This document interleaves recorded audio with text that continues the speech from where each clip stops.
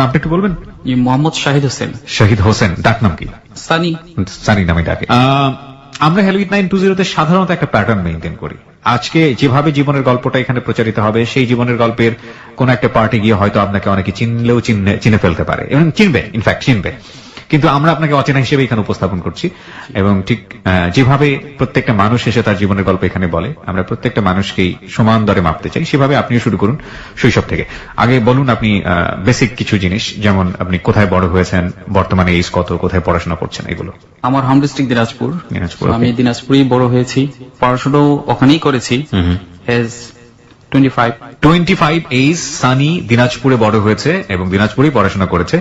আপনি বর্তমানে থাকছেন কোথায়? উত্তরায়। উত্তরাতে থাকছেন। সানির জীবনের গল্প আজকে আমরা এখানে উপস্থাপন করছি এবং 25 এজ যাদের, তাদের জন্য আজকের এই জীবনের গল্পটি অনেক অনেক বেশি অনুপ্রেরণার এবং অনুকরণীয় হবে। ওকে, শুরু করুন। কোথা থেকে শুরু করবেন? একদম শৈশব থেকে শুরু করি। আমার শৈশব কেটেছে দিনাজপুরেই। আমি লেখাপড়া করেছি সেন্ট ফিলিপস হাই স্কুলে। অবশ্যই একটু বড় হয়েই আমি স্কুলে ভর্তি হয়েছি। আচ্ছা। আমার যখন 6 বছর বয়স তখন আমি ভর্তি হয়েছি। আচ্ছা, অনেকেই হয় অবশ্যই এখনকার সিস্টেমে, এখন 6-7 বছর হয়ে যায়। আমাদের বাসা ওই দিনাজপুরে পুলহাট। কয় ভাই বোন ছিলেন আপনারা? আমরা 1 ভাই 2 বোন। 2 বোন। বাবা কি করতো? ব্যবসা করতো ওই সময়, এখনো। আচ্ছা আচ্ছা। তো যখন আমি এটা মানে স্কুলে যখন ভর্তি হলাম, তো আমি আসলে খুব একটা যে খারাপ স্টুডেন্ট তা ছিলাম না, খুব ভালো একটা স্টুডেন্টই ছিলাম আমি। তো আমি শুরু করি আমার লাইফটা আসলে ক্লাস 6 থেকে। জি। ক্লাস 6 এ যেটা হলো যে আমার শারীরিক অসুস্থতার কারণে একবার ড্রপ দিতে হয়েছে আমাকে। কি সমস্যা হয়েছিল? আমার টিউমার হয়েছিল একটা। আচ্ছা আচ্ছা। তো পরে আমি আবারও ক্লাস 6 এ ভর্তি হলাম পরের বছর।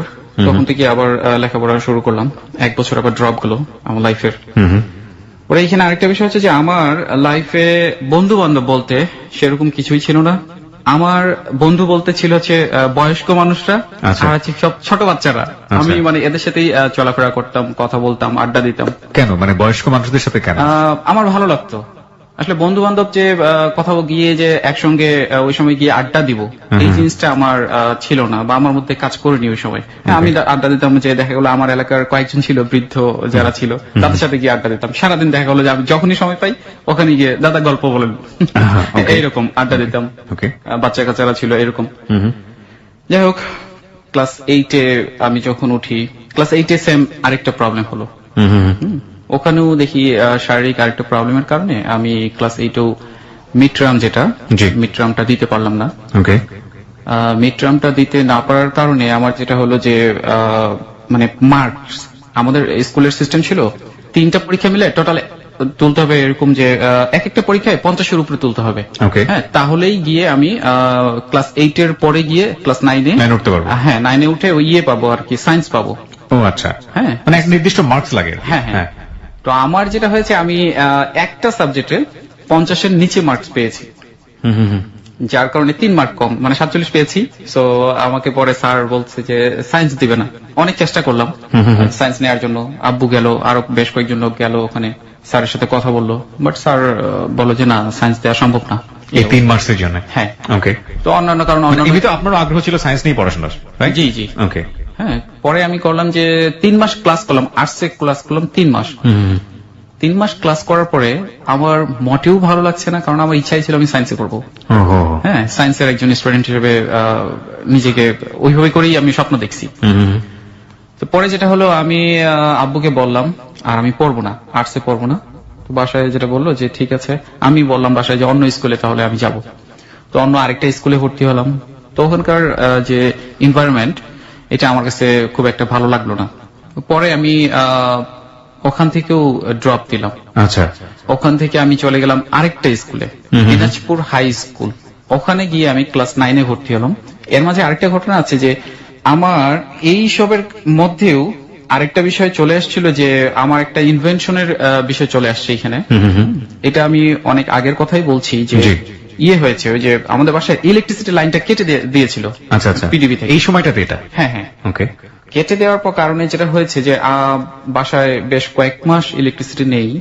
সো আমি এখন হঠাৎ যে কোনো একটা ঘটনাক্রমে আমার মনে হলো যে আমি তো আমার বাসার ইলেকট্রিসিটি যেটা এটা তো অল্টারনেটিভ কোন সোর্সের মাধ্যমে চেঞ্জ করতে পারি, মানে এটা আপনার নিজে থেকেই মনে হয়েছে? করতে পারি। মানে এটা কি আপনার নিজে থেকেই মনে হলো নাকি এই ধরনের কাজকর্ম আপনি করতেন? থাকে না যে ছোটবেলায় একসময় দেখা গেল যে আমি রেডিওটা খুলে ঠুলে ফেললাম, হ্যাঁ। খুলে টুকটাক ছেলে মেয়েদের যেটা হয় যে একটা প্রচুর জানার একটা আগ্রহ থাকে, সেই সব জিনিসপত্র করতেন নাকি ইলেকট্রিসিটির এই ঘটনা ঘটার পরে আপনার মধ্যে এই না, ধরনের? এটা আসলে ছোট থেকে আমি এইগুলো নিয়ে অনেক কাজ করেছি। আমি আচ্ছা, ছোট আচ্ছা। থেকে দেখা গেল যে আব্বু খেলনা এনে দিয়েছে, খেলনা ভেঙে ফেলছি, খুলেই মানে 2-3 দিন পরে খেলনা খুলে মানে এর মধ্যে ভিতরে কি আছে এটা এটা আমার দেখতে হবে, হ্যাঁ। এরকম করতাম। ওকে। তো এর মধ্যে যখন ইলেকট্রিসিটিটা কেটে দিল, তো আমার এক ফ্রেন্ডের একদিন এরকম হলো যে আমার এক ফ্রেন্ডের বাসায় গেলাম, ওখানে একটা সিনেমা দেখলাম, ওখানে ওই সিনেমা থেকে একটা চার্ম পেলাম আমি নিজেই। ওখানেও ইলেকট্রিসিটির একটা ডেভেলপের একটা সিন দেখায়। এটা কি ক্লাস 9-এ থাকা অবস্থাতে? হ্যাঁ। ওকে। তো যখন এটা আমার এই মাথায় আসলো যে না, আমার বাসায় যে ইলেকট্রিসিটি যেটা নেই, এটাতে আমিও সলিউশন করতে পারি অল্টারনেটিভ কোন সোর্সের মাধ্যমে। তো এটা নিয়ে আমি তো ওই সময় থেকে একটা কাজ শুরু করি। আপনি সিনেমার কথা বলছিলেন, সিনেমার মানে কি সিনেমা দেখেছিলেন আপনি সেখানে? এটা দেখেছিলাম স্বদেশ। স্বদেশ ছবিটা শাহরুখ খানের? হ্যাঁ, হ্যাঁ। ওকে, হ্যাঁ। হ্যাঁ, দেখার পর ওখানেও বোধহয় এরকম একটা প্রবলেম সলভের একটা হাইড্রো পাওয়ার প্ল্যান্ট দেখায়, হ্যাঁ, যে হ্যাঁ। পাহাড়ের ঝর্ণাকে ব্যবহার করে সেখানে ওখানে ইলেকট্রিসিটি নিয়ে আসে। হ্যাঁ, হ্যাঁ। হ্যাঁ। এটা দেখার পরে আমি তো নিজেই আনন্দে আসলাম, ইন্সপায়ার হয়ে যান। হ্যাঁ। এবং আমি মনে করলাম যে না, আমারও তো ইলেকট্রিসিটি যেহেতু প্রবলেম আছে, সো আমি এটা নিয়ে কিছু একটা করতে পারি, আমার বাসায় ইলেকট্রিসিটিটা আমি সলভ করতে পারি যে প্রবলেমটা আছে। ওকে। তো ওই সময় থেকে একটা কাজ শুরু করা।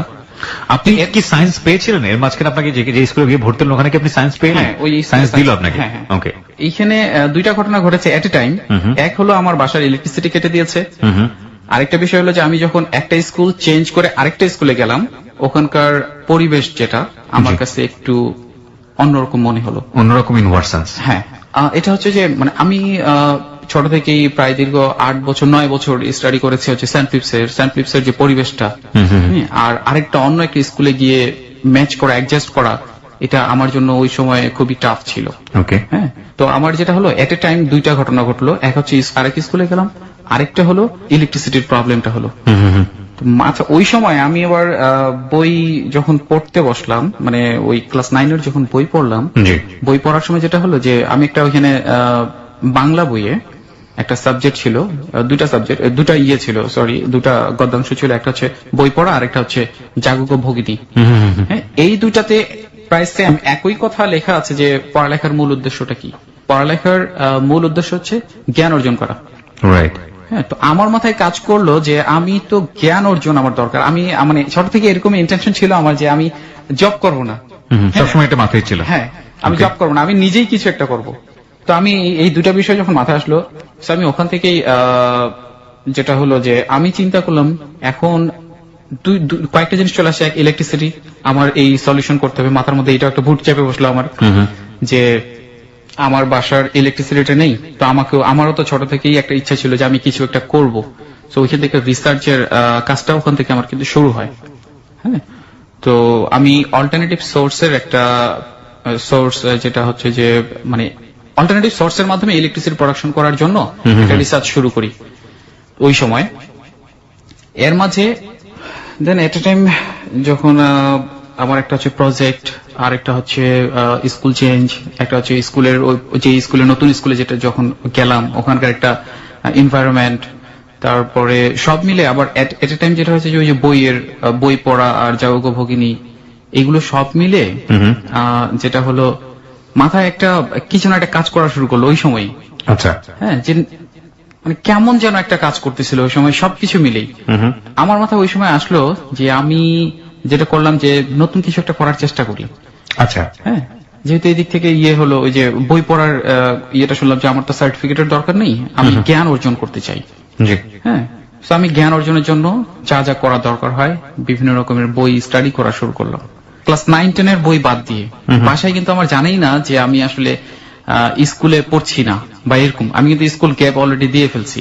ওকে। হ্যাঁ, আমি যেটা করতাম স্কুলে যাই, কোচিং এ যাই, বাসায় প্রাইভেট পড়ি, মানে এট এ টাইম দুইটাই করছি। ক্লাসরুমের বই পড়ছি, এগুলো আলাদা বইগুলো পড়ছেন, একাডেমিকও পড়ছেন। হ্যাঁ, হ্যাঁ। তো আমি যেমন দেখা গেলো যে স্কুলে যাচ্ছি, আসলে আমি স্কুলে কিন্তু যাইনি। আমাদের ওখানে একটা নদী আছে যেটাকে বলে পূর্ণভবা নদী। পুনর্ভবা, হ্যাঁ। হ্যাঁ, তো ওখানে গিয়ে আমি বসে থাকতাম সেই সকাল 10টা থেকে শুরু করে বিকাল 4টা পর্যন্ত। ওখানেই এইসব বিষয় নিয়েই শুধু চিন্তা করতাম। আচ্ছা, আচ্ছা। ক্লাস কিন্তু হচ্ছে, বাসায় জানে যে আমি স্কুলেই আছি, আসলে আমি স্কুলে ওই সময় যাইনি। হ্যাঁ, দীর্ঘ এইভাবেই আমি তখন শুরু করলাম কি, আমার প্রজেক্টটা যেটা প্রজেক্ট করতে চাচ্ছি, বা এই যে ইলেকট্রিসিটির যে বিষয়টা, এটা নিয়ে ওই সময় থেকে মানে চিন্তা করা শুরু করলাম। সেই ওই নদীর পাড়ে যেতাম, ওখানে গিয়ে চিন্তা করতাম। এট এ টাইম আমি যেটা করতাম যে কিছু লেখার চেষ্টা করতাম, গল্প লেখার চেষ্টা করতাম, মানে কিছু উপন্যাস টাইপের আর কি লেখার চেষ্টা করতাম। এক পর্যায়ে 2 বছর পরে, 2 বছর আপনি নদীর ধারে বসে কাটালেন? হ্যাঁ, 2টি বছর আমি স্কুলে যাই, স্কুলে গিয়ে দেখা হলো কখনো নদীর ধারে চলে যাই, কখনো আরো অনেক অনেক বিভিন্ন রকম জায়গায় যাই। হ্যাঁ, এরকম করে 2টি বছর যখন পার হলো, প্রাইভেট তো পড়ছি, কোচিং তো পড়ছি, 2 বছর পরে যখন আমার এসএসসি পরীক্ষা হবে, এমন সময় বাসায় জানতে পারলো বিষয়টা। হ্যাঁ, জানতে পারার পর তো বাসায় তো সিচুয়েশন খুবই খারাপ। বাসায় আমি সেদিন বাসায় আছি, এসএসসি পরীক্ষা, তো ফর্ম ফিল আপ করতে হবে। এমন সময় আমি বাসায়, বিকেল বেলা বাসায় আছি, তো আম্মু হঠাৎ করে এসে কিছু বলা নেই কখনই বকাবদ্ধ শুরু করলো আমাকে। কেন আমি তো মানে নিজেই বুঝতে পারছিলাম না যে কেন আমাকে বকা শুরু করলো। তো আমাকে বললো যে চল আমার সাথে চল। গেলাম, কি কি হয়েছে, বলে চল।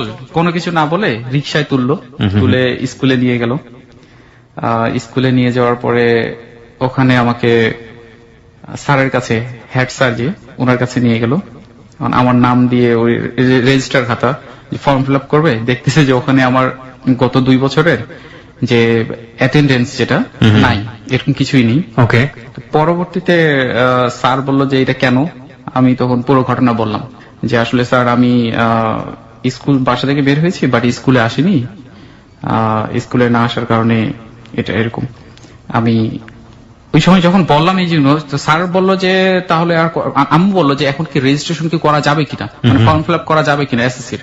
স্যার বললো যে না, ফর্ম ফিল আপ আর করা যাবে না, কারণ হচ্ছে যে পরীক্ষা অলরেডি হয়ে গেছে, টেস্ট যেটা ক্লাস 10 এর এসএসসি পরীক্ষার টেস্ট হয়ে গেছে, আর ফর্ম ফিল আপের সময় যেটা আছে আমরা তো অলরেডি কাগজ পাঠিয়ে দিয়েছি, সেইভাবেই ওই জিনিসগুলো নাকি মেনটেন হয় আচ্ছা বোর্ড থেকে। সো ফর্ম ফিল আপ আর হবে না। আম্মু আমাকে এর আগে জিজ্ঞাসা করলো আম্মু যে পরীক্ষা দিতে পারবি কিনা এখন যদি ফর্ম ফিল আপ করে। আমি পারবো, হ্যাঁ, কিন্তু স্যার, হেড স্যার বললো যে না, সম্ভব না। এই 2 বছর তো আপনি পাঠ্য বই পড়েন, পড়েছেন কি? পাঠ্য বই প্লাস পাঠ্য বই তো ওই যে প্রাইভেট যখন পড়তাম, কোচিং যখন পড়তাম, ওই সময় বলা হয়েছে। কিন্তু আপনি স্কুলেই যেতেন না? হ্যাঁ, স্কুলে যেতাম। কেন, আপনার মাথায় কি কাজ করতে স্কুলে না যাওয়ার পিছনে লজিকটা কি ছিল? আমার আসলে ভালো লাগতো না। আমার ওখানে ওই যে ক্লাসে গিয়ে পড়তে হবে, তারপর ওই যে সার্টিফিকেট নিব, আমার তো ওইটাই বললাম যে আমি সার্টিফিকেট চাচ্ছিলাম না, আমি চাচ্ছিলাম শুধু জ্ঞান অর্জন করব। এই যে জীবনের একটা ব্যতিক্রমী চিন্তা ভাবনা, এটার পেছনে মূলত কারণটা কি ছিল? ওই 2টো গল্প পড়া, ওই জাগগ ভগিনী এবং আরেকটা কি যেন বলছিলেন? বই পড়া। বই পড়া, এই 2টো বিষয়ই কি, এই 2টো প্রবন্ধই কি কাজ করেছে? সম্ভবত আমার কাছে যেটা মনে হয় যে এটাই। মানে এটা কিন্তু একটা মারাত্মক সিদ্ধান্ত, সাধারণত লাখে একজন এই সিদ্ধান্ত নেয় কিনা আমার ঠিক জানা নেই। আপনি ভালো একটা সিদ্ধান্ত নিয়েছেন না খারাপ সিদ্ধান্ত নিয়েছেন সেটা মূল্যায়ন করা খুব কঠিন, কারণ তো একাডেমিক্যালি বাইরে গিয়ে এরকম একটা মানে যুগের হালের বাইরে গিয়ে ইটস রিয়েলি ডিফিকাল্ট, এবং আপনার একেবারে ভয় দেওয়ার কিছুই করেনি? না, আমার সেরকম কোনো কিছুই মনে হয়নি, কারণ বাড়িতে প্যাদানি বলে একটা ব্যাপার ছিল, ওটা কি দেওয়া হতো? আমি ওগুলো কোনো কিছুই চিন্তা করিনি। প্রিয় শ্রোতা, আমরা এই জায়গাটা একটা ছোট্ট বিরতি নিতে চাই। আমরা আপনাদেরকে ইন্সপায়ার করছি না যেই পার্টে আমরা আছি জীবনের গল্পে, সেই পার্টে, কিন্তু সামহাও ও কোনো না কোনো ভাবে একটা জায়গায় নিজেকে আজকে দাঁড় করিয়েছে, এবং সেটা আপনাদের, আমরা সাধারণত এরকম গল্পে, উপন্যাসে এবং বিখ্যাত মানুষদের জীবনের কাহিনীতে পড়ে থাকি। রবীন্দ্রনাথ স্কুলে যাননি, নিউটন নাকি ফেল করেছিলেন, টমাস আলভা এডিসন নাকি ডিমে তা দিতেন, এরকম বোকাও ছিলেন। তো এইসব মানুষগুলোই পরবর্তীতে অনেক অনেক বেশি জ্ঞানী হয়ে যান। তো আজকে এখানে যে আছে সে, তাকে নিয়ে আপনারা কি বলবেন সেটা আপনারা আসলে পুরো গল্পটা শোনার পরেই মূল্যায়ন করবেন। কিন্তু ও জীবনের একটা পর্যায়ে এই আমাদের যে কি বলে কাঠামোগত যে পড়াশোনা, সেটার থেকে বাইরে এসে কিছু একটা করার চেষ্টা করেছে, এবং সেটা কতটুকু সঠিক ছিল না কি বলা যেতে পারে, ভুল ছিল, সেটা আমরা গল্পের শেষে গিয়ে জানার চেষ্টা করবো। টিচার বলে দিল রেজিস্ট্রেশন করা সম্ভব না। হ্যাঁ, স্যার যখন বললো রেজিস্ট্রেশন করা সম্ভব না, তো বাসায় তো এটা নিয়ে খুবই, আম্মু তখন বললো যে তাহলে আর কি করার, নতুন করেই স্কুলে ভর্তি হতে হবে। তো আমি বাসায় চলে আসলাম, আমাকে আম্মু বাসায় নিয়ে আসলো। বাসায় নিয়ে আসার পর আব্বু জানলো বিষয়টা। আব্বু জানার পরে আব্বু দেখা গেলো যে লাইফে কখনোই আমার গায়ে হাত তুলনি, সেদিন একটা চোর মেরেছে। তারপরে এলাকাবাসী জানাজানি হলো, খুব একটা মানে খারাপ একটা সিচুয়েশনের সৃষ্টি হলো ওই সময়। কারণ আব্বু আমাকে নিয়ে অনেক স্বপ্ন দেখেছে, এবং আমাকে নিয়েই মানে তাদের চিন্তা ভাবনা খুব অন্যরকমই ছিল যে আমি লাইফে ভালো কিছু একটা করব, অনেক বড় কিছু একটা করব। কিন্তু আমার চিন্তা ছিল যে আমিও অনেক বড় কিছু একটা করতে চাই, কিন্তু আমি একটু অন্যভাবে, অন্যরকম স্টাইলে, মানে আমার টার্গেট ছিল এরকম। যাই হোক, পরে আম্মু আমাকে আরেকটা স্কুলে ভর্তি করে দিল। আবার পুনরায় আমি স্কুলে ভর্তি হলাম ক্লাস 9-এই। ভর্তি হওয়ার পরে ওখানে সিভিল কনস্ট্রাকশন, ভর্তি হওয়ার পরে ওখান থেকেই এসএসসি দিলাম আমি। আচ্ছা, হ্যাঁ, এসএসসি পাশ করলাম। এর মাঝে যেটা হয়েছে যে আমার যে প্রজেক্টের জন্য যেই সব কারণে আমার এই যে বছরটা, 2টি বছর আমি লেখাপড়া থেকে বিচ্ছিন্ন ছিলাম। তো সেটা ছিল যে আমার যে ইনভেনশন, মানে যেটা নিয়ে আমি চাচ্ছিলাম যে নতুন কিছু একটা করার জন্য, আমার বাসার যে ইলেকট্রিসিটি নেই, এটা নিয়ে কাজ করার জন্য। এরই মাঝে যেটা হয়েছে, আমার এই জিনিসটাও কমপ্লিটের দিকে, মানে প্রায় শেষের দিকেই, এটা 2007-এর কথা বলছি আমি। জি। আমার ডায়াগ্রামও কমপ্লিট হয়েছে আর আমার এসএসসি পরীক্ষাও শুরু হবে। তো আমি ওই সময় করলাম যে আমার যে ইনভেনশনটা ছিল বা যে আবিষ্কারটা ছিল, এটা কিছুদিনের জন্য স্থগিত করলাম। এসএসসি পরীক্ষা দিলাম। আমি জানতাম যে আমি এসএসসি পরীক্ষা দিয়েছি, আমি অবশ্যই ভালো একটা মার্কস নিয়ে পাশ করব। না, সেটা ঠিক আছে, কিন্তু আপনি ইনভেনশন মানে কি, আপনি ইলেকট্রিসিটির উপরই কাজ হ্যাঁ, করছেন? ইলেকট্রিসিটির উপরেই কাজ করছিলাম। ওকে। পরে যে ডায়াগ্রামটা আমি কমপ্লিট করলাম, 2007-এর কথা বলছি, 7-এ কমপ্লিট করার পরে এখন এটাকে তো একটা বাস্তবে একটা রূপ দিতে হবে। তো আমি ওই সময় আমার এই ডায়াগ্রাম নিয়ে বিভিন্ন জায়গায় যোগাযোগ করলাম এবং চেষ্টা করলাম এটাকে কিভাবে কাজে লাগানো যায় বা এটা কিভাবে বাস্তবে একটা রূপ দেওয়া যায়।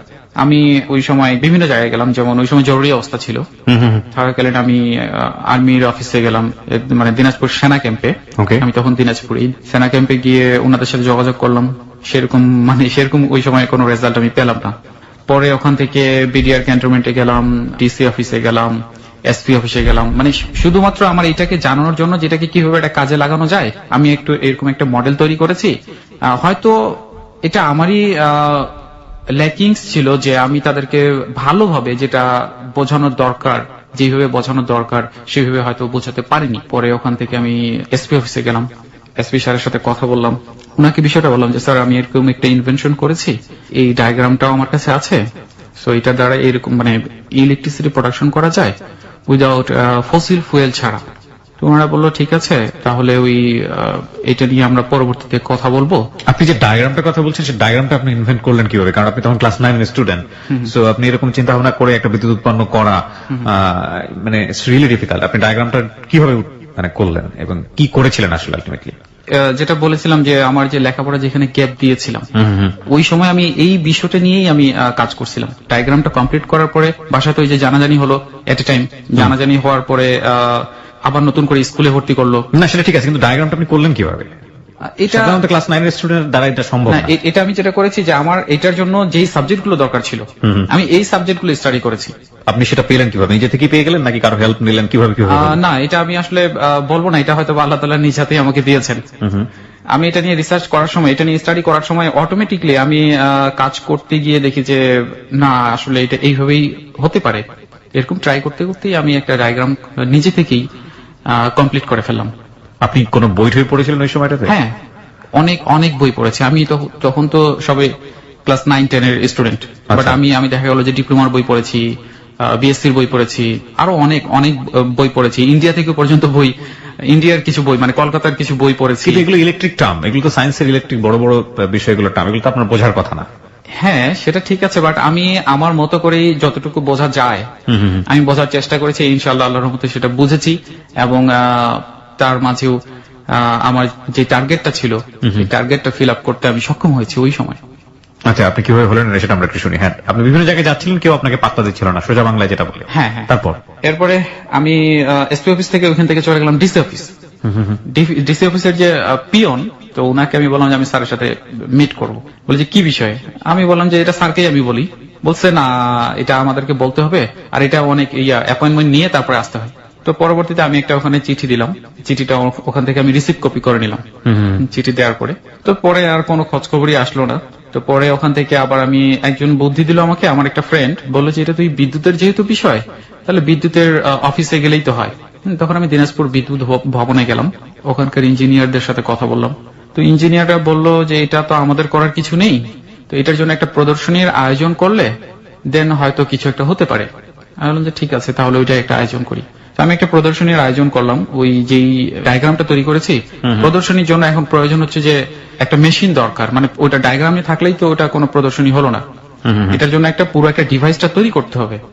তো আমি কয়েক মাস মানে কাজ করার পরে একটা ডিভাইস আমি তৈরি করলাম, একটা প্রদর্শনীর আয়োজন করলাম, কয়েক মাস পরের কথা বলছি। প্রদর্শনীর আয়োজন যখন করি, আয়োজনটাতে ইনভাইট করলাম আমি দিনাজপুর বিদ্যুৎ ভবনকে, তারপরে এসপি অফিসে, তারপরে দিনাজপুরে যারা গণ্যমান্য ব্যক্তিবর্গ ছিল উনাদেরকে, তারপরে বেশ কিছু ইঞ্জিনিয়ার দিনাজপুরের উনাদেরকে, তারপরে আর্মি মানে সেনা ক্যাম্পের যারা ছিলেন উনাদেরকে, মানে এরকম অনেকজনকে ইনভাইট করলাম। ইনভাইট করে উনারা আসলো, আমার এই প্রজেক্টটা ভিজিট করলো। এন্ড এট এ টাইম মিডিয়াতেও এই জিনিসটা আসছে, মানে আমি মিডিয়াকেও ইনভাইট করেছিলাম ওই সময়। তো আসার পরে দেখা গেল সেটা ছিল 11ই জুলাই কি 11ই জুন এরকম। হ্যাঁ, তো এরপরে 12ই জুন সম্ভবত, 11ই জুনে এই প্রোগ্রামটা আমি করি, একটা প্রদর্শনীর আয়োজন করি। তো সাংবাদিকরাও যেহেতু ছিল, ওনারা পরের দিন এটা নিউজে চলে আসে। নিউজে আসার পরে 12 তারিখের কথা বলছি আমি, 12 তারিখে দেখা গেল যে অনেক পত্রিকায় বিষয়টা আসছে। ওকে। আসার পরে বিভিন্ন জায়গা থেকে ফোন আসা শুরু হলো ওই সময় এই ইনভেনশন নিয়ে। আর যেদিন ইনভেনশনটা আমার নিউজে আসছে সেদিনই আবার আমার এসএসসির রেজাল্টও বের হয়েছে। তো এট এ টাইম দুইটা সুসংবাদ, আমি এসএসসি তে পাশ করলাম, আবার এইদিকে আমার নিউজটাও বের হয়েছে, আমার যেটা ইনভেনশন। সেদিন বেশ কিছু ফোন আসলো বিভিন্ন জায়গা থেকে, বিভিন্ন কোম্পানি থেকে, বিভিন্ন কান্ট্রি থেকে। এরকম ফোন আসার পরে আমরা দিনাজপুরের একজন আঙ্কেল আছেন সাংবাদিক, উনার এখানে আমি তখন এত কিছু মানে এইসব বিষয়ে যে কোম্পানির ফোন আসতেছে কিভাবে কি করতে হবে না করতে হবে এত কিছু আমি ওই সময় বুঝি না। তো ওই আঙ্কেলকে বললাম যে আপনি যা কিছু করার আঙ্কেল, এটা কিভাবে কি করতে হয় এটা আপনি একটু আমাকে ডিসাইড করে দেন। হ্যাঁ, বা কার সাথে কি করব, বা এটা কিভাবে সামনে আগাতে হবে, নিয়ে যেতে হবে, আমি এগুলো কিছু বুঝতেছি না, আপনি দেখেন। উনি বলল যে এটা তো তোমার এখন যেহেতু ইনভেন্ট হয়ে গেছে, সো কোন একটা কোম্পানির সাথে এটাকে তো আরো রিসার্চের প্রয়োজন আছে। সো কোন একটা কোম্পানির সাথে এগ্রিমেন্ট করে এটা রিসার্চটাকে আরো মানে ভালো একটা পর্যায়ে, এই ইনভেনশনটাকে ভালো একটা পর্যায়ে নিয়ে যাওয়ার জন্য। বলবেন ঠিক আছে। তো ওই সময়ই জরুরি অবস্থা যেহেতু ছিল, ওই সময়কার তত্ত্বাবধায়ক সরকার ওই সময় ছিল সম্ভবত, ওই সময় এই ইনভেনশনের কারণে ওই সময়কার যে প্রধান উপদেষ্টা যিনি ছিলেন, ওনার এক ফ্রেন্ড আমাকে নক করলেন। নক করার পর এটা ছিল হচ্ছে যে পিকেএসএফ, যেটা আগারগাঁয়ে ওনাদের অফিস, পিকেএসএফ এর চেয়ারম্যান, সম্ভবত চেয়ারম্যান, উনি আমাকে নক করলো এবং উনি দিনাজপুরে কোন একটা প্রোগ্রামে গিয়েছিল। ওখান থেকে উনি আমার কাছে মানে আমাদের বাসায় আসলো, আমাদের এই ইনভেনশনটা দেখলো। দেখার পরে আমার সাথে উনি কথা বললো। কথা বলার পরে আমাকে উনি প্রপোজ করলো যে আপনি আমাদের সাথে ঢাকায় আসেন, ওখানে আমরা এটা বিষয় নিয়ে কথা বলবো এবং এটাকে নিয়ে কত একটা মানে একটা ভালো একটা পর্যায়ে নিয়ে যাওয়ার জন্য আমরা চেষ্টা করব, সকল প্রকার সহযোগিতা আমরা প্রদান করব। তো আমি বললাম যে ঠিক আছে। তাহলে আমি উনাদের লোকজনের দ্বারা আমাকে ওখান থেকে নিয়ে আসলো কয়েকদিন পরেই আর কি, পিকেএসএফ এ আসলাম। আসার পরে ওখানে একটা মিটিং হলো। মিটিং এ ওখানে বেশ কিছু প্রফেসরও ছিল। আমি আমার জিনিসটা ওনাদেরকে বললাম এইভাবে। তো প্রফেসররা বলল যে আসলে এটা তো ছোট আকারে সম্ভব, বড় আকারে এটা কখনোই সম্ভব না। এটা ওই মিটিংটাতে এটাই হলো। তো আমি ওনাদের বললাম স্যার, বড় আকারেও এটা সম্ভব, এটা আসলে ছোট আকারেই প্রবলেম, বড় আকারে গিয়ে প্রবলেম না। বলছে না, স্যাররা যেটা বললো যে না, এটা বড় আকারে প্রবলেম, ছোট আকারে এটা মানে সম্ভব হবে, বাট বড় আকারে এটা সম্ভব হবে না। মানে হচ্ছে যে আমি তো তখন করেছিলাম একটা ডেমো প্রজেক্ট করেছিলাম, 1 কিলোওয়াটের করেছিলাম, মানে 1000 ওয়াট। তো ওরা বললো যে এটা এই পর্যন্তই শেষ, এর বেশি আর কোনো কিছুই হবে না। তো পরে যেহেতু ওনারা বলছে যে হবে না, এর ওইখান থেকে আর কিছুই করার নেই। পরে ওখান থেকে চলে আসলাম, এসে নিজে থেকেই আবারও এই প্রজেক্টের কাজ আমি আবার শুরু করলাম। ওকে। তখন আমি শুরু করলাম একটা নতুন একটা এইটার রিলেটেড একটা কাজ, 10 কিলোওয়াটের। তখন তো আমাকে যেহেতু দিনাজপুরে সেই ম্যাটেরিয়ালস গুলো পাওয়া যায় না, আমাকে ঢাকায় আসতে হলো আবারও। আমি ঢাকায় আসলাম। সাভারের এক আঙ্কেল আছেন যিনি আমাকে এখানে সহযোগিতা করেছেন এই প্ল্যানটা করার জন্য, আমির আঙ্কেল। উনি আমার দিনাজপুরে আসছিলেন। দিনাজপুরে এসে মানে প্রজেক্টটা ভিজিট করতে আসছিলেন। তো ভিজিট করতে আসার পরে উনি উনার কার্ড দিয়ে গেছিলেন এবং বলছে যে তুমি যদি কখনো এটার কাজ করো, দেন আমি তোমাকে এটার মেশিনারি যেগুলো আছে এগুলো সাপোর্ট দেব এবং যা যা করার দরকার হয় এটার জন্য আমি এটা করবো। আমি ঠিক আছে। তো আমি উনার সাথে পরে যোগাযোগ করলাম। যোগাযোগ করে উনাকে বললাম এরকম যে এরকম একটা 10 কিলোওয়াটের একটা প্ল্যান্ট করতে হবে। তো উনি বললো যে ঠিক আছে আমি তাহলে মানে এটাতে হেল্প করব। উনি পার্টস পাতি যা দরকার ছিল সব আমি ডিজাইন দিয়েছি, উনি এই পার্টস গুলো আমাকে দিয়েছে। দেওয়ার পরে আমি পুরো একটি বছর কাজ করলাম এই প্ল্যান্টের উপর। ওকে। মাঝে যেটা হয়েছে, এই 1 বছরের মাঝে আমার প্ল্যান্টের কাজ করতে গিয়ে 6 মাস যখন পার হওয়ার পরে সমস্যায় পড়ে গেছি, ফিনান্সিয়াল সমস্যা। যে এখন যে পার্টস গুলো আমি যে টার্গেট নিয়েছিলাম যে হয়তো 5 থেকে 6 লাখ টাকার মধ্যে প্ল্যানটা কমপ্লিট হবে, পরে দেখছি না এটাতে হচ্ছে না। আমার যে পার্টস গুলোর যে দামগুলো আমরা ধরেছিলাম এর থেকে এখন আরো মানে 2-3 গুণ বেড়ে গেছে পার্টসের দাম। এখন কি আর করার, আব্বুকে বললাম যে আমার টাকা লাগবে। আব্বু বললো এতগুলো টাকা আমি এখন দিতে পারবো না। আর আপনার এটা সাকসেস করবে কি করবে না সেটার ব্যাপারে হ্যাঁ, কোনো নিশ্চয়তা ছিল না, যেহেতু টেস্ট বেসিসে ছিল এটা। তো আব্বু বললো যে না আমি এতগুলো টাকা দিতে পারবো না, তারপর দেখি আমি চেষ্টা করি। তো আব্বু দিল, ওই সময় প্রায় 3 লাখ টাকা আব্বু আমাকে দিল। আবার শর্ট ছিল, আরো টাকা শর্ট ছিল। তখন দিনাজপুরেরই আমার এক আঙ্কেল, শান্ত আঙ্কেল, জি, উনি এবং আরেকজন ছিল মোহন পাটোয়ারি নামের একজন ছিল, উনি এই দুইজন মিলে বাদ বাকি টাকা আমাকে সাপোর্ট দিল। টাকা বলতে ওই মেশিনারি আর কি। ওকে। সাপোর্ট দেওয়ার পরে আমি ওই প্ল্যানটা কমপ্লিট করলাম 2008-এ। আচ্ছা। হ্যাঁ, এই একটি বছর আমার কিন্তু লেখাপড়া অফ আছে। বাড়ি থেকে আপনার এই খামখেয়ালি পনাগুলোকে সাপোর্ট করছিল? না, আসলে সাপোর্ট করতো না, কিন্তু আমি হচ্ছে যে আমি মানে আমি আমার মতো চলতে চাই। বাসায় আমাকে ইয়ে করেছে, আমি কিন্তু ভর্তি হয়েছিলাম মানে এসএসসি যখন পাশ করলাম 2008-এ, কিন্তু আমি ভর্তিও হয়েছি মানে ঢাকা ইন্টারন্যাশনাল ইউনিভার্সিটি, যেটা এখানে ডিপ্লোমা ভর্তি হয়েছি। ভর্তি হওয়ার পরেও যখন আমি এই কাজগুলো করতেছি আমি আর ওখানে সময় দিতে পারছি না, মানে ওখানে যে আমি গিয়ে যে আমি ক্লাস করব এই সময়টা নেই। আর ডিএ এর সিস্টেম হচ্ছে যে ক্লাস না করলে ওখানে পাশ করা খুবই টাফ।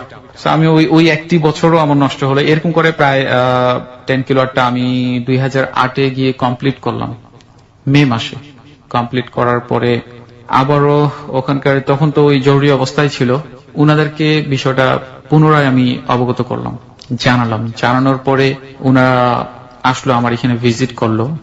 আসার পরে যখন ওনারা দেখতেছে যে না আসলে প্ল্যান্ট তো রান করছে, তখন সৈয়দপুর থেকে আর্মিদেরই একটা টিম, সৈয়দপুরে কি ওটা ইএমই সেন্টার সম্ভবত আর্মিদের, ওনারা আমার এখানে আসলো। আমার এখানে আসার পর মেশিনটা দেখলো, ভিজিট করলো, টেস্ট করার পরে ওনারা বললো যে না, এটা দেখলো যখন যে না এটা তো কাজ করছে।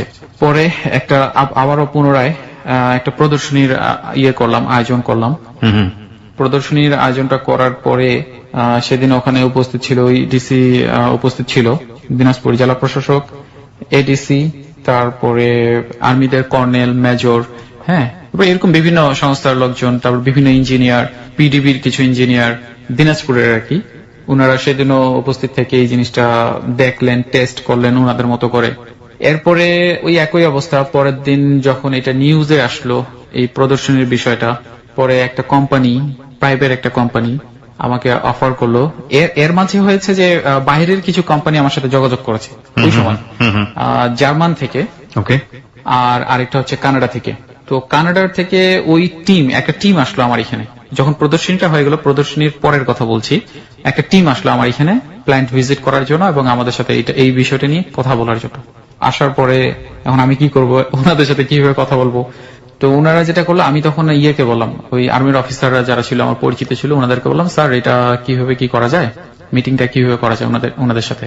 তো ওনারা বললো যে ঠিক আছে তাহলে মিটিং আমি থাকবো। তো মিটিংটা ওনাদেরই এখানে আয়োজন করা হলো দিনাজপুর বিডিআর ক্যান্টনমেন্টের ভিতরে। তখন ওই কানাডার লোকগুলো যখন আসলো আমরা মিটিংটা ওখানেই করলাম। তো মিটিং এ ওনারা প্রপোজাল দিয়েছিল এরকম, আগে মেশিন ভিজিট করেছে, মেশিন টেস্ট করেছে।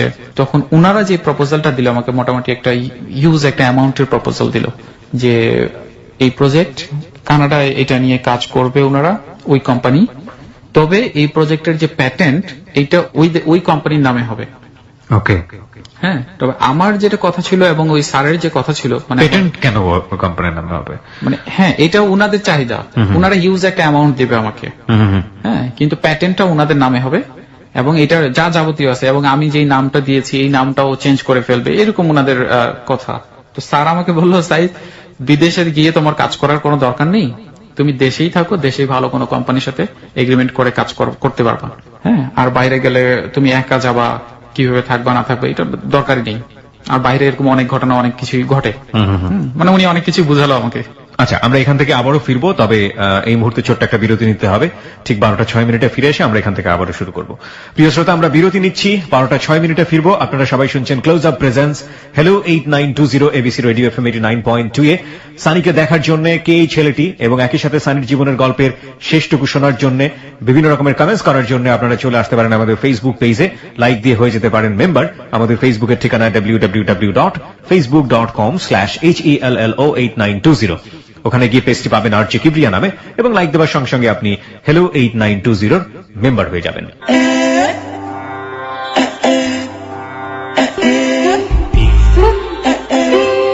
Hello 8920 close up, the closure the better.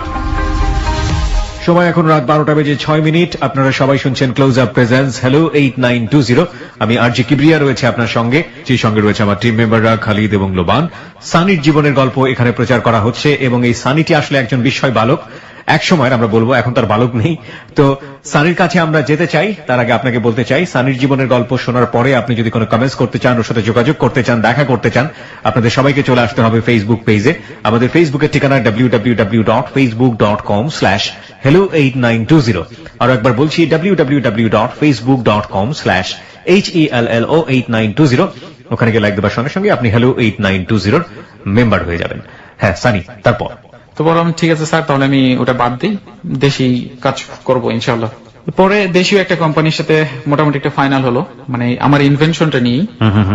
এই কোম্পানির সাথে আমার একটা এগ্রিমেন্ট হলো এইরকম, আমি মানে কানাডার যখন অফারটা মানে আমি ছেড়ে দিলাম, ছেড়ে দেওয়ার পরে আমি অন্য একটা কোম্পানি, চট্টগ্রামের একটা কোম্পানির সাথে মোটামুটি আলোচনা ফাইনাল করলাম, আমি চলে যাব। এরকম আলোচনা ফাইনাল হওয়ার পরে আমি দেখা গেলো যে বাসা থেকে বের হব, গাড়ি আছে আমার 4টার দিকে, বিকেল 4টায়।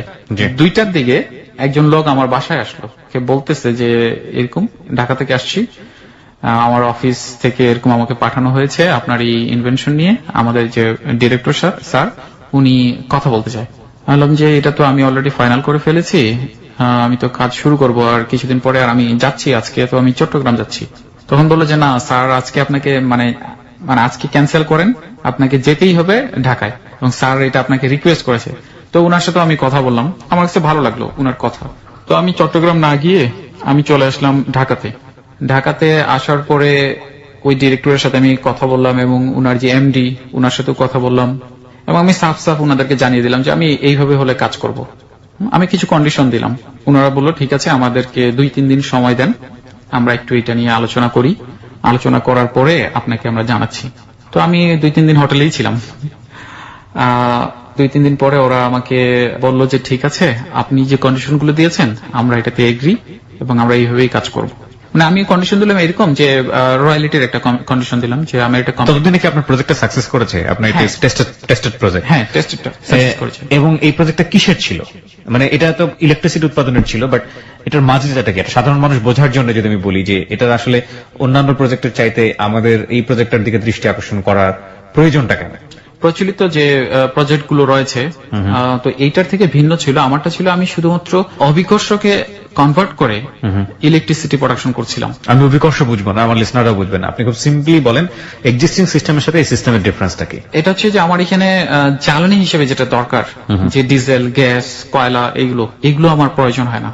যেমন আমরা সোলার এনার্জি যেটা চিনি, যেটা সূর্যের আলো থেকে হচ্ছে, হ্যাঁ, ঠিক এইরকমই সান পাওয়ারের যে কনভার্ট করে যে প্যানেলটা, ওটাও তো জাস্ট একটা রাখা আছে, সূর্যের আলো থেকে সে এনার্জি নিয়ে ইলেকট্রিসিটি দিচ্ছে আমাদেরকে। ঠিক আমিও এরকমই একটা ডিভাইস তৈরি করলাম, যে ডিভাইসটা অভিকর্ষটাকে কনভার্ট করে ইলেকট্রিসিটি প্রোডাকশন করছে। অভিকর্ষ মিন্স যেটা আমরা জানি যে বস্তুর ওজন, কোনো কিছুই, যেমন স্যার আইজ্যাক নিউটন একদিন বসেছিল গাছের নিচে, যে আপেল মাথার উপর থেকে পড়ল নিচের দিকে, উনি বলল যে পৃথিবী বিরাট এক চম্বুক। মানে পৃথিবী যে প্রত্যেকটা বস্তুকে যে আকর্ষণ করে যে শক্তি দ্বারা, এই শক্তিটাকেই তো আমরা অভিকর্ষ হিসেবে জানি। আচ্ছা, এই অভিকর্ষটাকেই আমার সিস্টেমের মাধ্যমে আমরা ক্যাপচার করতেছি, ক্যাপচার করে ইলেকট্রিসিটি প্রোডাকশন করছি। আর আমার যেটা সুবিধা হচ্ছে যে এই প্রজেক্টের যে ইলেকট্রিসিটি প্রোডাকশন কস্ট, যেটা অনেক কম প্রয়োজন হয় এখানে। কিরকম? এখানে দেখা গেল যে খুব বড় প্রজেক্ট হলে আমরা যেটা ক্যালকুলেশন করেছি যে 20 পয়সার মতো কস্টিং পড়ে, আবার ছোট প্রজেক্টের ক্ষেত্রে 1 টাকার মতো কস্টিং পড়ে আমাদের। এটা শুধুমাত্র মেইনটেনেন্স এর উপর নির্ভর করে। হ্যাঁ, তো যাই হোক, ওই কোম্পানি পরে বলল যখন যে আমরা আপনার কন্ডিশন গুলো রাজি হয়েছি, আমি বললাম যে ঠিক আছে, তাহলে তো আমরা কাজ করতে পারি। কয়েকটা কন্ডিশন ছিল, তার মধ্যে মেজর কন্ডিশন হচ্ছে যে রয়্যালিটি, মানে এই প্রজেক্টের উনাদের বক্তব্য ছিল এরকম। আমি বললাম যে আমি 30 কোটি টাকার একটা রয়্যালিটি নিব। তো উনারা বললো যে 30 না 10 কোটি টাকা উনারা রাজি হয়েছে এবং বলেছে যে 30 কোটি টাকা এই মুহূর্তে তো আমরা মানে দিব না, আমরা 10 কোটি টাকা দিব, বাট হচ্ছে যে একটা প্ল্যান্ট ফুললি রান করার পরে। আমি বললাম যে ওকে, নো প্রবলেম, আমি প্ল্যান্ট রান করব, তারপরে আপনাকে একটা রয়্যালিটি দিতে হবে এবং পার্সেন্টেজ, মানে এটা নিয়ে আপনি যে বাংলাদেশে হোক বিদেশে হোক যে বিজনেসটা করবেন এটার একটা পার্সেন্টেজ দিতে হবে। ওটাও আমি 30% চেয়েছিলাম, তো ওনারা আমাকে 10% দিয়ে একটা এগ্রিমেন্ট আমরা করলাম এবং যা যাবতীয় সুযোগ সুবিধা ওনারা দিয়েছে। তো ওইটা হলো নতুন একটা যাত্রা শুরু করলাম সেদিন থেকে। কত সালে হলো এটা? এটা 2008-ই ওকে। নতুন একটা প্রজেক্টের কাজ শুরু করলাম ওই সময়। আবার নতুন প্রজেক্টের জন্য নতুন ডিজাইন করতে হলো, বাজেট টাজেট সবকিছু কমপ্লিট করতে, কাজ শুরু করতে করতে দেখা গেল যে 2009-এর মার্চের 3 তারিখে আমি কাজ শুরু করলাম। এখন আরেকটা অসুবিধা যেটা হয়েছে কাজ করতে গিয়ে, যে আমি যে পার্টস গুলো তৈরি করব, ডিজাইন গুলো যেগুলো দিয়েছি সব তো নতুন পার্টস গুলো, নতুন পার্টস। তো আমি গেলাম ধলাইখাল, আমাদের ঢাকাতেই ধলাইখাল, ওখানে এই জিনিসগুলো তৈরি করার জন্য যাওয়ার পরে ওখানে আমি টেকনিশিয়ান যারা এগুলা কাজ করে ওনাদেরকে বললাম, ডিজাইন গুলো দিলাম। তো অনেকে কোনো কিছু বুঝে, মানে আমি যেভাবে ওনাদেরকে বোঝানোর চেষ্টা করি, ওনারা একটু কম বুঝে, কেউ একটু বেশি বুঝে, মানে এরকম হয়ে গেছে। তো আমি যে ডিজাইন দেই দেখা গেল অনেকে বলে যে না স্যার এটা এরকম না, এটা এরকম করলে মনে ভালো হয়, মানে এরকম ওনাদের বক্তব্য। তো যাই হোক, অনেক কষ্ট করে পার্টস গুলোর কাজ করা শুরু করলাম। এর মাঝে প্রায় 2009 সালে শেষের দিকে, ডিসেম্বরের দিকে, যেহেতু 2008-এর জুলাই মাসে আমার এটা প্রদর্শনী হওয়ার পরে নিউজে আসছিল, নিউজে আসার পরে যে সরকার গঠন করলো, হঠাৎ করে একটা ফোন আসলো। আমি সেদিন বাসায় শাওয়ার নিচ্ছি, ওকে। আমার আবার পিএস ছিল ওই সময়, তো আমাকে বলছে যে ভাই ফোন আসছে। বললাম যে রিসিভ করেন, কথা বলেন। তো রিসিভ করে বললো যে ডিসি ফোন দিয়েছিল দিনাজপুর থেকে। বললাম কথা বলেন, তাহলে বলেন আমি একটু পরে ফোন দিচ্ছি। তো একটু পরে করতে করতে প্রায় 3 বার ফোন দিয়ে দিয়েছে 10 মিনিটের মধ্যেই। তো পরে বলতেছে, আমার পিএস রে বলতেছে যে ওনার সাথে পিএম কথা বলবে, প্রাইম মিনিস্টার। হ্যাঁ, প্রাইম মিনিস্টার কথা বলবে। তখন আমি তাড়াতাড়ি করে শাওয়ার থেকে, মানে বাথরুম থেকে, মানে ওয়াশরুম থেকে বের হলাম। বের হয়ে কথা বললাম ডিসির সাথে, প্রথমে কথা বললাম। কথা বলার পরে উনি বললো যে প্রধানমন্ত্রীর কার্যালয় থেকে আপনার ফোন আসবে, আপনি একটু কথা বলেন ওনাদের সাথে, ভালোভাবে কথা বলেন। যে আচ্ছা ঠিক আছে। তো কিছুক্ষণের মধ্যে একটা ফোন আসলো। তো ফোন আসার পরে প্রথমে প্রধানমন্ত্রীর ডিরেক্টর মিস্টার শামসুল আরফিন, উনি আমার সাথে কথা বললেন এই প্রজেক্ট রিলেটেড, প্রজেক্টের বিভিন্ন বিষয় উনি শুনলেন, জানলেন। এরপরে উনি বললো যে ম্যাডাম আপনার সাথে কথা বলবে। তো আমি ফোনটা নিয়েই, মানে যখন আমি মানে ওই দিক থেকে ফোনের ওই পাশ থেকে যখন হ্যালো কথাটা বলছে, আমি মানে কি বলবো যে স্তব্ধ হয়ে গেছি। যে আমি তো কখনো কল্পনাও করি নাই যে আমাদের এই প্রাইম মিনিস্টার আমার সাথে, আমি কখনো ওনার সাথে এইভাবে সরাসরি কথা বলতে পারবেন, রাইট? হ্যাঁ, মানে কাপো ভয়েসে ওনার সাথে কথা বললাম, হ্যালো বললাম, সালাম দিলাম। উনিও দেখা গেল আমি সালাম দিয়েছি, উনিও সালাম দিয়েছে আমাকে। তো কথা বলার পরে উনি জিনিসটা জানতে চাইলো আমাদের এই পুরো বিষয়টা জানার পরে উনি বলল যে আমরা প্রধানমন্ত্রী কার্যালয় থেকে যদি আপনাকে এইটার সহযোগিতা করা হয়, আপনি আমাদের সাথে কাজ করবেন কিনা। আমি বললাম যে নিশ্চয়ই, আমিও চাই দেশের জন্য কিছু একটা করার। আমি তখন বললাম যে আমার তো একটা প্রবলেম আছে, কারণ হচ্ছে যে আমি তো অলরেডি একটা কোম্পানির সাথে এগ্রিমেন্ট করে ফেলছি, সেইটা যদি এখন এই মুহূর্তে এখান থেকে চলে যাই তাহলে এটা কেমন দেখায়। তো বললো যে আপনি তাহলে আপনার এমডির সাথে কথা বলেন, কিন্তু আমরা কাজ করলে আপনাকে নিয়েই কাজ করব। ওকে। আর আপনাকে প্রধানমন্ত্রী কার্যালয় থেকে যত রকমের ফ্যাসিলিটিস দেওয়ার দরকার হয় আপনাকে এই ফ্যাসিলিটিস গুলো আমরা দেব। প্রধানমন্ত্রী নিজেই বললো। ওকে। বলার পরে আমি সঙ্গে সঙ্গে এমডি কে ফোন দিলাম। তো এমডি সাহেব যেটা বললো যে সাইদ গেলে তো আপনি ওনাদের সাথে কাজ করতেই পারেন, সমস্যা নেই, কিন্তু আমরাও দেশের জন্য কিছু একটা করতে চাই। আমি বললাম যে এখন সরকারিভাবে কাজ করাটা ভালো না? বলে যে হ্যাঁ, তবে তাহলে আপনি বলেন ম্যাডামের কাছে আমরা এটা নিয়ে একটা বসে। তো আমি কিছুদিন পরে আবার ফোন আসলো ওনাদের এখান থেকে যে কি আপডেট। আমি ওনাদেরকে বললাম যে আমার এমডি সাহেবের সাথে কথা বলেছি, এমডি তো এটা বলেছে। তো পিএম কার্যালয় থেকে কথা, ওনারা আমাকে নিয়ে কাজ করবে, কোম্পানিকে নিয়ে না, কোম্পানিকে না। তো কোম্পানির ড্যামারেজ অবশ্যই ওটা ওনারা ওইভাবে পুষিয়ে দেবে। হ্যাঁ। তো পরে এমডি সাহেবের কথা হচ্ছে যে না আমি তো আপনাকে নিয়ে একটা স্বপ্ন দেখছি। টানাচড়া শুরু হয়ে গেছে। হ্যাঁ বুঝতে পারছি। হ্যাঁ, তো আমি পরে আর ইয়ে করলাম না, মানে ওখানে যখন বললাম তো পিএম কার্যালয় থেকে আর কোনো চাপাচাপি ওনারা করেনি, বললো যে এখন যেহেতু আপনি আসতে পারছেন না সো আমাদের এখানে আর করার কি আছে। মানে আলটিমেটলি আপনার তো ডিড সাইন হয়েই কাজ করতে। হ্যাঁ, হ্যাঁ। তো কত বছরের জন্য কন্ট্রাক্ট করেছেন ওখানে? এটা লাইফ টাইম ছিল। Life time contract. হ্যাঁ। সো এটা বেসিক্যালি একটা প্রাইভেট কোম্পানির কাছে চলে গেল। জি জি জি। যদি এটা দেশের জন্য হইতো তাহলে এটা আপনার জন্য একটা বিশাল, আপনার আফসোস হয় না এই জায়গাটা থেকে? হ্যাঁ, এখন আমি আফসোস করি, অনেক আফসোস হয় আমার। মানে this thing goes to a private company এবং আপনি ওইখান থেকে একটা রয়্যালিটি পাবেন, কিন্তু ওরাই হচ্ছে এটার ওনার আলটিমেটলি, তাই কি? হ্যাঁ। ওরা আপনার এই জিনিসটাকে আলটিমেটলি আপনার কোথাও দিতে পারবেন না। না, এটা ওনারা দিতে পারবে, ওই কোম্পানির থ্রুতে দেওয়া যাবে। কিন্তু আপনি কোথাও পারবেন না। না, আমি পারবো না, এটা দেশে হোক বাইরে হোক কাউকেই দিতে পারবো না এটা। আপনি কত কোটি টাকার বিনিময়ে এটা সেল করেছেন? 10 কোটি। ওই সময় ছিল 10 কোটি। হ্যাঁ। আর আপনি এটা রয়্যালিটি পাবেন। সো আপনার এখন পর্যন্ত আর্নিং কত এটা নিয়ে? 10 কোটি টাকা তো আপনি পেয়েছেন নিশ্চয়ই। না না না, এটা ছিল আমার 10 কোটি টাকার ইয়েটা ছিল যে যেদিন আমি প্ল্যান্ট ওনাদেরকে রান করে দেবো সেই দিন ওনারা এই টাকা। সো প্ল্যান্ট রান হয়নি এখন পর্যন্ত? না। লেট মেক ইট ক্লিয়ার, কি হলো আমরা একটু শুনতে চাই। তো আমি যখন কার্যালয়ে এরকম করে বললাম তো ওনারা সব পরে বিষয়টা আর আগায়নি। তো ঠিক আছে, আমি যেহেতু আগায়নি আর যেহেতু এখানে আমার একটা এগ্রিমেন্ট করা আছে, আবার কি নটারি করা আছে না কি যেন বলে এটা, নোটারি পাবলিক। হ্যাঁ, ওগুলো করা আছে। ভাবলাম যে না, যেহেতু এগ্রিমেন্ট হয়ে গেছে করি, ইনারাও তো দেশের জন্য কিছু করতে চায়, মানে এটা এমডির ভাষ্য অনুযায়ী। আর যেহেতু ওনারা না দেখে না বুঝেই এত টাকা ইনভেস্ট করতেছে এই প্রজেক্টে, রাইট, সো এনাদের নিশ্চয়ই ভালো কোনো ইন্টেনশন আছে। কাজ আবার পুনরায় শুরু করলাম, কাজ তো চলছেই ওই সময় থেকে। এর মাঝে আমি একটা পয়েন্ট ছেড়ে গেছি, যেটা বলেন। যেদিন আমার প্রদর্শনী হয়, প্রদর্শনীর পরে যখন নিউজে আসে জিনিসটা, আমার এখানে একই দিনে সৈয়দপুর ক্যান্টনমেন্ট থেকে একটা টিম আসে, ইঞ্জিনিয়ারিং কোর্ট থেকে একটা টিম আসে। তারা আমার বাসায় আসছে প্ল্যান্ট দেখার জন্য, টেস্ট করার জন্য, এবং এট এ টাইম বুয়েট থেকে আমাদের দিনাজপুরের 4টা স্টুডেন্ট, বুয়েটের 3 জন আর একজন হচ্ছে দিনাজপুর পলিটেকনিকের, টোটাল 4 জন না 5 জন ছিল আর কি, এসে আমার এখানে আসলো। একই সময় 2টা টিম আসছে, মানে তো ওই স্টুডেন্টদের আমি বললাম যে আপনারা একটু অপেক্ষা করেন, আমি স্যারদেরকে আগে বিদায় করে দিই। তো স্যাররা ওই টেস্ট করতে করতে করতে করতে দেখা যাচ্ছে প্রায় 3 ঘন্টা হয়ে গেছে। হ্যাঁ, 3 ঘন্টা তো ওই ছেলেগুলো আর বসে নেই, ওনারা চলে গেছে। চলে যাওয়ার পরে যেটা হয়েছে, কয়েকদিন পরে ওই ছেলেগুলা আবার ট্রাই করেছে। এতদিনে আমি ঢাকায় চলে আসছি। তো পরে ওনাদেরকে আর সেইভাবে কথা বলা হয়নি। একদিন ওনারা ঢাকায় আমার সাথে মিট করেছে, 4 জন স্টুডেন্ট। মিট করার পরে পুরো জিনিসটা আমার সাথে জানতে চাইলো। হ্যাঁ, আমি ওনাদেরকে যতটুকু বলা যায়, হ্যাঁ, এটার যে সিকিউরিটি একটা বিষয় আছে, তো যতটুকু বলা যায় অতটুকুই বললাম। এখন অতটুকু বলার পরে ওনাদের বক্তব্য হচ্ছে যে ওনারা প্রত্যেকটা, মানে এটার প্রত্যেকটা জিনিস ওনারা জানতে চায়। আমি বললাম যে এটা তো এখন আমার প্যাটেন্ট করিনি, প্যাটেন্ট করা হলে দেন আমি আপনাকে জানাতে পারতাম। তো এখন যেহেতু প্যাটেন্ট করা হয়নি, তো আমি পুরো জিনিসটা তো এখন জানাতে পারছি না। ওকে।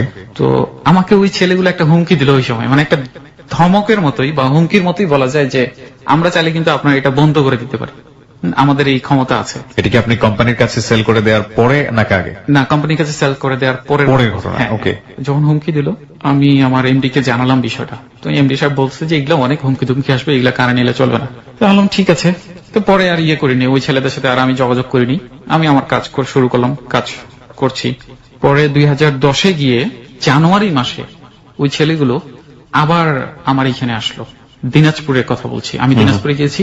ওই 4টি ছেলে আবার আমার এখানে আসলো, এসে ওই আবার একই কথা যে আমাদেরকে আপনি এই জিনিসটা জানান, আমরা আপনাকে সকল প্রকারের হেল্প করবো এই প্রজেক্টে।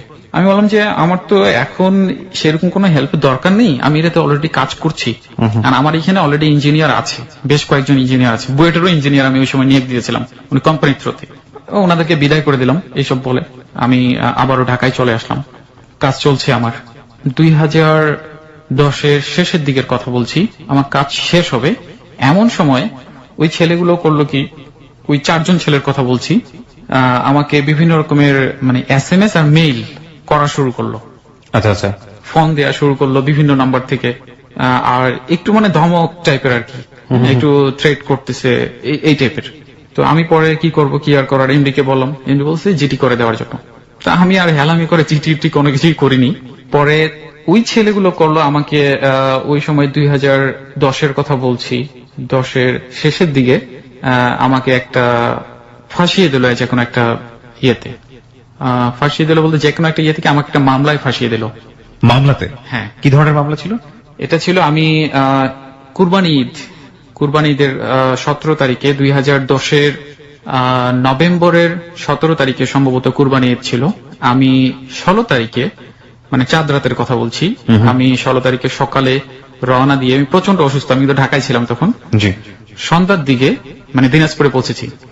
দিনাজপুরে পৌঁছার পর আমার বাসায় আমি যখন নামি, আমি প্রচন্ড অসুস্থ, তো আমার একটা ফ্রেন্ডকে নিলাম শহর থেকে, আমার ফ্রেন্ডকে নিয়ে আমি ডাক্তার দেখালাম। আগে ডাক্তার দেখিয়ে আমার ফ্রেন্ডটাই আমাকে ধরে ধরে ডাক্তারের কাছে নিয়ে গেল, নিয়ে গিয়ে আবার বাসায় নিয়ে আসলো। বাসায় নিয়ে আসার পর আমি যখন বাসায় গেলাম, তো ঢাকা থেকে গিয়েছি, সবার জন্য তো শপিং করে নিয়ে গেছি, সবাইকে এই জিনিসগুলো দিচ্ছি। দেওয়ার সময় 15 মিনিট হয়নি, আমি বসিনি। হ্যাঁ, আমার মনে হয় যে এখনো মনে আছে, আমি বসিনি, বসা হয়নি, সবাইকে শুধু আমার জিনিসগুলো দিচ্ছি। এমন সময় কয়েকজন পুলিশ দেখি আমার বাড়ির সামনে। আচ্ছা, কি হয়েছে? ও পুলিশগুলোর মধ্যে দেখি যে ওই পুলিশগুলোই, আমি একটা জিনিস মিস করে গেছি, মাঝে কিন্তু আমার এখানে সিকিউরিটি দেওয়া হয়েছিল। আচ্ছা আচ্ছা, আপনার এই জিনিসগুলোতে? হ্যাঁ, দিনাজপুর ডিসি সাহেব এটা দিয়েছিলেন। আমার বাসায় 8 জন পুলিশ, মানে আপনার সেফটির জন্য নাকি? এই আমার সেফটির জন্য। আচ্ছা। হ্যাঁ, 8 জন পুলিশ আর কি 3 মাস প্রায় আমাকে সিকিউরিটি দিয়েছে ওই সময়।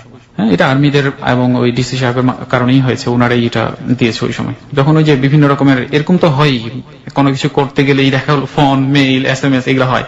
তো এর মধ্যে দেখি 2-3 জন পুলিশ আমাকে যাই, যে আমি যে বাসায় নামলাম, মানে চাঁদ রাতের কথা বলছি, বাসায় নামলাম, তো দেখি যে 2-3 জন পুলিশ আমার পরিচিত, 4-5 জন পুলিশ আমার বাসার সামনে আগে আসছে। আসার পরে আমি সালাম দিলাম, বলছে যে পরিচিত পুলিশগুলো, বলছে আপনি? বললাম যে হ্যাঁ, কেন আপনি? বলছে যে আপনার নামে একটা জিটি হয়েছে। বললাম কিসের বিষয় জিটি হয়েছে? আশ্চর্য বিষয়। বলছে যে না, আপনার নামে একটা জিটি হয়েছে, ওসি সাহেব আপনার সাথে কথা বলতে চায়। বললাম দেন, ফোন দেন, তাহলে কথা বলি। তো বললো যে ফোনে না, আপনাকে যেতে হবে থানায়। হ্যাঁ, থানায় যেতে হবে। জিডির জন্য কেন থানায় যেতে হবে? এটা আমি নিজেও বুঝতেছিলাম না। ওকে। আমি বললাম যে আপনি ফোন দেন, আমি তাহলে ফোনে কথা বলতেছি, কি বিষয় নাকি? বলছে না, আপনার নামে তো জিটিটা হয়েছে, আপনাকে থানায় যেতে হবে, ওসি সাহেব আপনার সাথে থানায় গিয়ে কথা মানে থানায় আপনাকে গিয়ে কথা বলতে হবে আপনাকে। বললাম ঠিক আছে। তো সবাইকে বললাম যে ঠিক আছে, জিনিসগুলো তোমরা বের করে নাও, আমি একটু ঘুরে আসি। মানে আমি গেলাম, ওনাদের সাথে গেলাম। আমি আবার ফের কোম্পানির গাড়ি নিয়ে গেছিলাম, তো গাড়িটা আমি ছেড়ে দিলাম, আর আমি ওই ওদেরই গাড়িতে করে আমি ইয়েতে গেলাম, থানায় গেলাম। থানায় যাওয়ার পরে ওসিকে বললাম আপনি ডেকেছেন আমাকে? বলে হ্যাঁ। উনি আবার ফের নতুন ওসি আসছে, তো আপনার নামে একটা জিটি হয়েছে, আপনার নাম কি মোহাম্মদ শাহিদ হোসেন? বললাম যে হ্যাঁ। বলতেছে যে উনি ইশারা করলো, উনার একটা এসআই বা পুলিশ টুলি ওদেরকে ইশারা করলো, ইশারা করার সঙ্গে সঙ্গে ওই পুলিশ করলো কি আমাকে কোনো কিছু, আর কোনো কথা নেই, আমার কাছ থেকে আমার মোবাইল ছিল 2টা মোবাইল, আর আমার কাছে প্রায় 50,000 টাকার মতো মানে ছিল। আমি যেহেতু ঢাকা থেকে গেছি, ক্যাশ টাকা ছিল 50,000, আর মানি ব্যাগটা, এগুলো সব নিয়ে নিল। নেওয়ার পরে আমাকে লক আপে বন্ধ করে দিল। My goodness. ওকে। অথচ আমি কিছুই জানি না, কিছুই তখন পর্যন্ত আপনি কিছু জানেন না? আমি কিছু জানি না কি কারণে, আমার কারণটাও বলে নাই যে কারণটা কি। পরে শুনি সারা রাত্রে, তখন আমার তো লোকজন আসা শুরু হলো, একটা প্রেস্টিজের বিষয়। তারপরে আব্বু কোম্পানিকেও জানাই নাই। আচ্ছা। আমার এক মামা আর কি, উনি অ্যাডভোকেট, দিনাজপুরে সিনিয়র অ্যাডভোকেট, উনিও আসলো, উনি জিনিসটা দেখলো, অনেক এটাকে কিভাবে কি করা যায়, কোনোটাতেই কোনো কাজ হয় না। পরের দিন আমি কিন্তু কিছুই জানি না, আমি ওই লকআপেই আছি, সারাটা রাত লকআপে। না, আমার আর অত টেনশনও হচ্ছে না যে কি হবে, দেখা যাবে। হ্যাঁ, ওকে। আর কি করবে, হয়তো দেখা গেলো রাত্রে রাখলো, কালকে হয়তো ছেড়ে দিবে।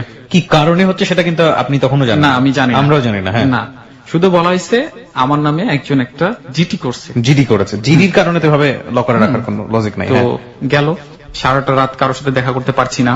তো ভর যখন হয়ে আসছে, ওই সময় আমার এক ভাই, উনি বলল আমাকে, সাইদ তোমার নামে তো একটা মামলা করা হয়েছে।